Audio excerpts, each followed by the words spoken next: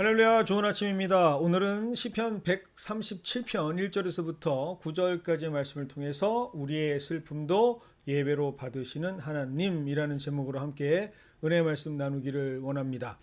오늘 우리에게 주어진 시편 본문 137편 참으로도 낯설고 무거운 시편입니다.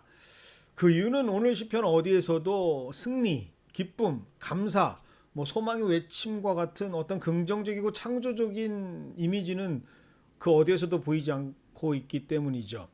오히려 이 시편에는 눈물과 분노, 억울함과 영적인 허탈감만이 가득한 것을 우리는 볼 수 있습니다.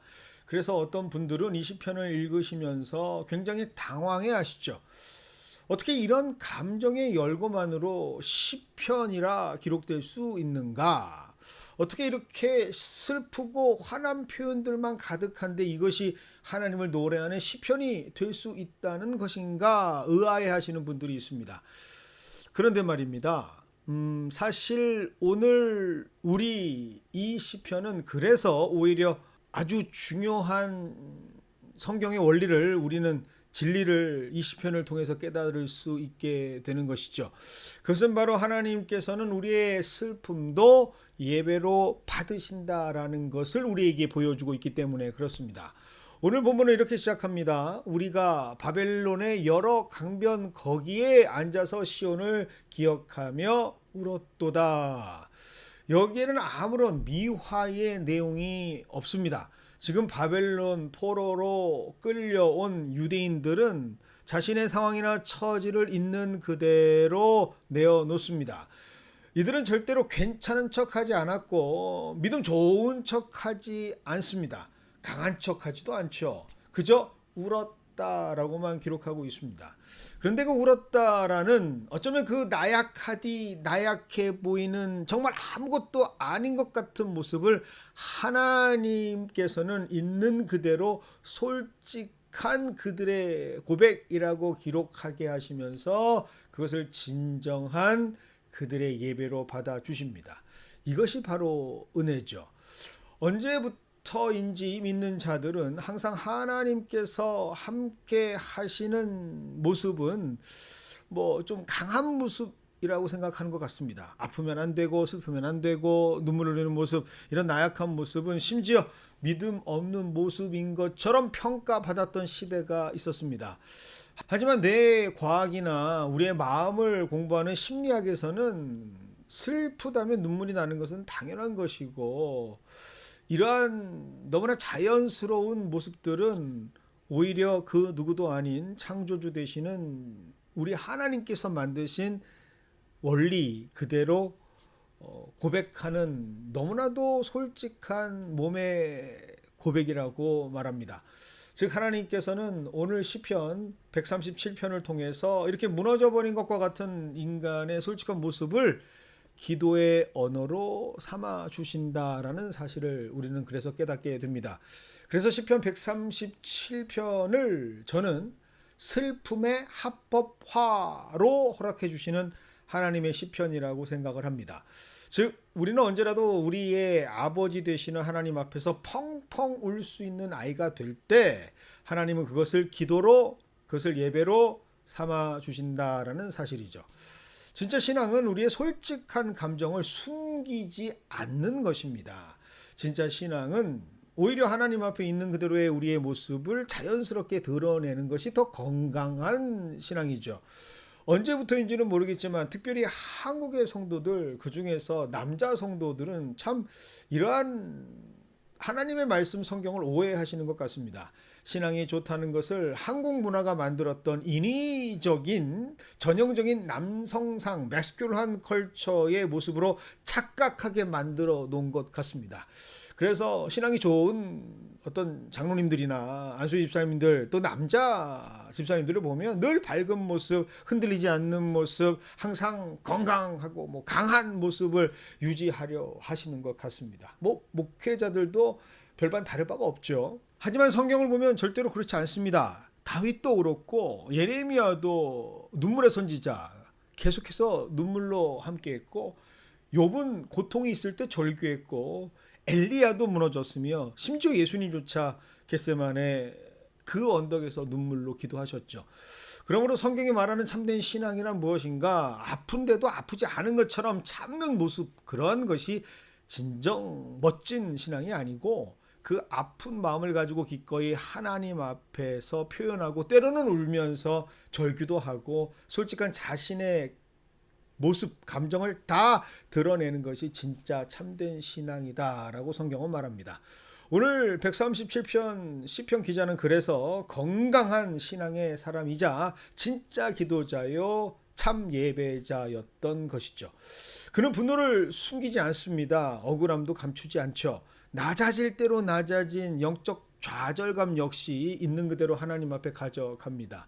그리고 기꺼이 그 앞에서 눈물을 흘리며 웁니다.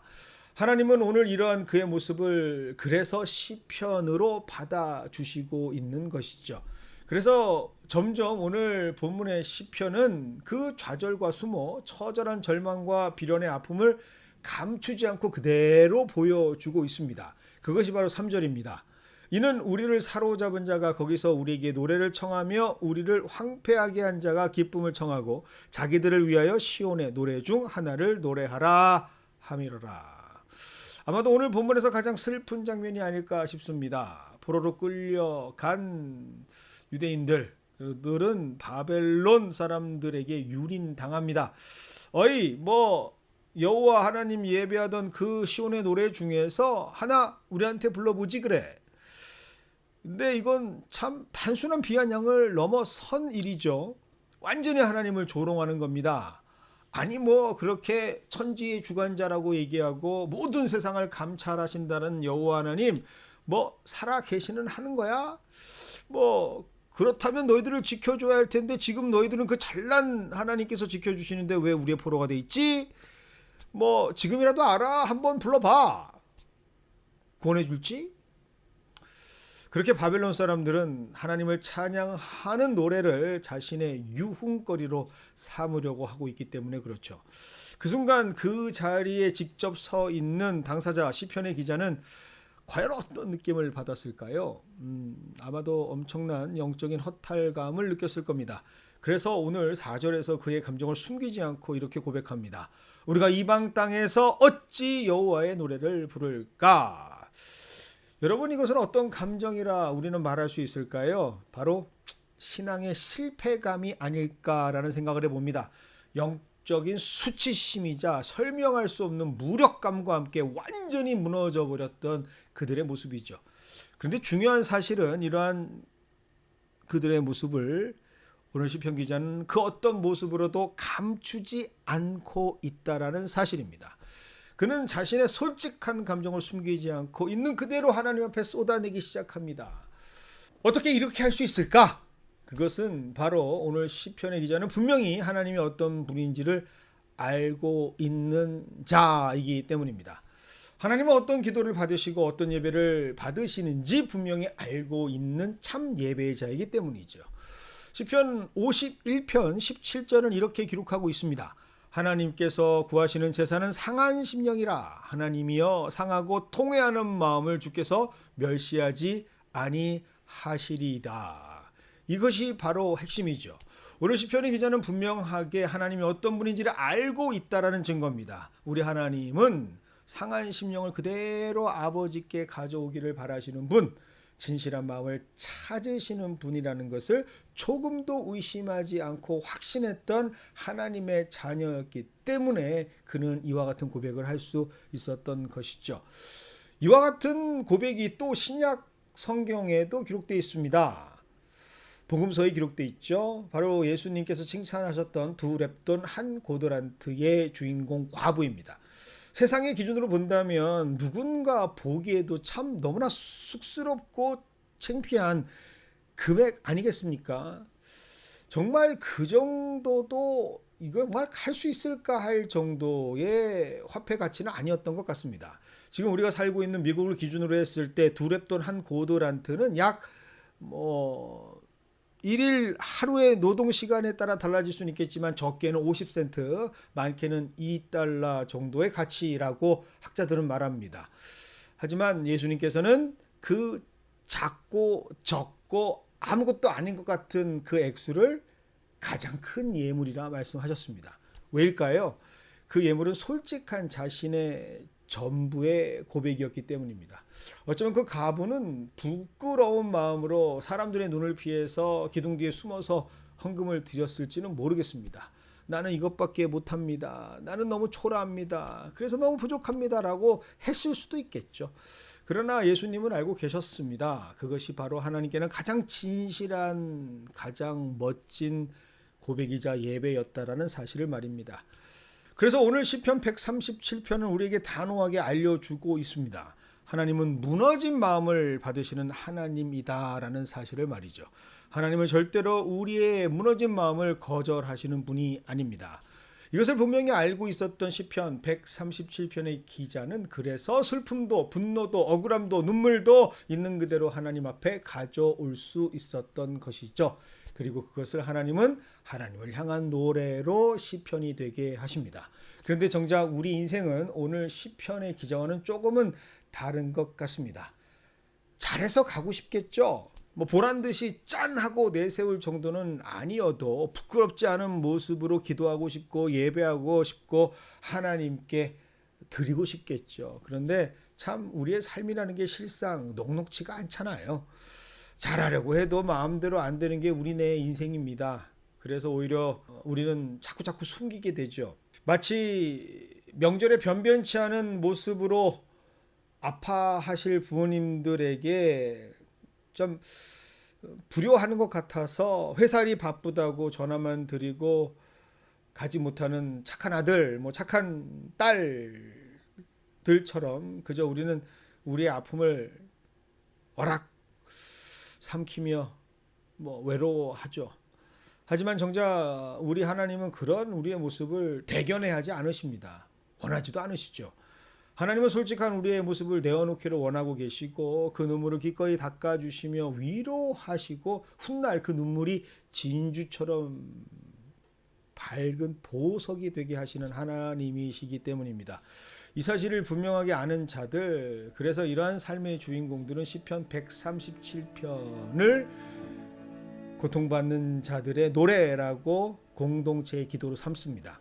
신대륙으로 끌려와서 인간 이하의 대우를 받으면서 살았던 아프리카계의 흑인 노예들, 그런데 이들은 오늘 이 시편 137편을 가장 중요한 시편으로 삼고 자신의 아픔을 잘 드러내고 고백하는 시편으로 노래합니다. 특별히 홀로코스트의 비참한 절망에서 살아 돌아온 생존자들 역시 오늘 시편을 그들의 기도문으로, 공동의 기도문으로 만들어 하나님께 지금까지도 기도하고 있습니다. 중요한 것은 이들은 오늘 시편을 절대로 복수를 위한 목적으로 사용하지 않는다라는 사실이죠. 7, 8, 9절에 그 집중되는 말씀으로 사용하지 않습니다. 오히려 솔직히 무너진 자신들의 모습을 하나님께 울부짖었던 고백으로 그들은 사용하죠. 그들은 알고 있습니다. 우리 하나님은 그 울음과 슬픔을 예배로 받으시는 분이라는 사실을 말이죠. 그래서 오늘 시편 137편은 우리에게 아주 중요한 복음의 원리를 알려줍니다. 참신앙은 무너지지 않는 사람이 되는 것이 아니라 오히려 무너졌을 때 하나님께 나아갈 수 있는 신앙의 사람이다 라는 사실을 말입니다. 가끔 주변에 이런 상담으로 고민하는 성도들을 보게 됩니다. 이런 마음으로 어떻게 교회를 갑니까? 이런 상태로 어떻게 예배할 수 있겠습니까? 이렇게 분노하는데 내가 무슨 신앙인입니까? 라고 말이죠. 하지만 여러분, 오늘 시편은 그렇게 말하지 않습니다. 그 상태 그대로 하나님께 가져가시기를 바랍니다. 하나님을 분명히 아는 사람은 눈물도 예배가 될 수 있다라는 사실을 알고 있기 때문이죠. 억울함도 기도가 될 수 있고요. 때로는 분노가 오히려 하나님 앞에서 진실된 고백이 될 수 있기 때문입니다. 사랑하는 연합의 성도 여러분, 오늘 새벽 이 아침 혹시 마음이 너무 아프십니까? 설명할 수 없는 억울함이 있으십니까? 너무 지쳐 있거나 그래서 기도도 잘 안 되고 계십니까? 그렇다면 오늘 시편 137편을 다시 한번 읽어보시길 바랍니다. 하나님은 울고 있는 포로의 노래도 예배로 받아주시는 분임을 깨달으실 수 있게 될 줄 믿습니다. 그러므로 오늘 우리의 정리되지 않은 마음도, 무너진 우리의 마음도, 상처 입은 내 영혼 그대로 가지고 주님 앞에 나아가실 때 우리 모두는 다 하나님께 진실한 예배자가 될 수 있습니다. 이 은혜를 소망하시는 우리 모두가 되기를 원합니다. 그래서 오늘 이 아침 이 새벽 하나님 앞에 솔직한 나의 무너짐으로 무릎을 꿇으며 슬픔을 고백하셔도 좋습니다. 우리 하나님은 그 모습을 예배로 받으시는 사랑의 하나님이시기 때문입니다.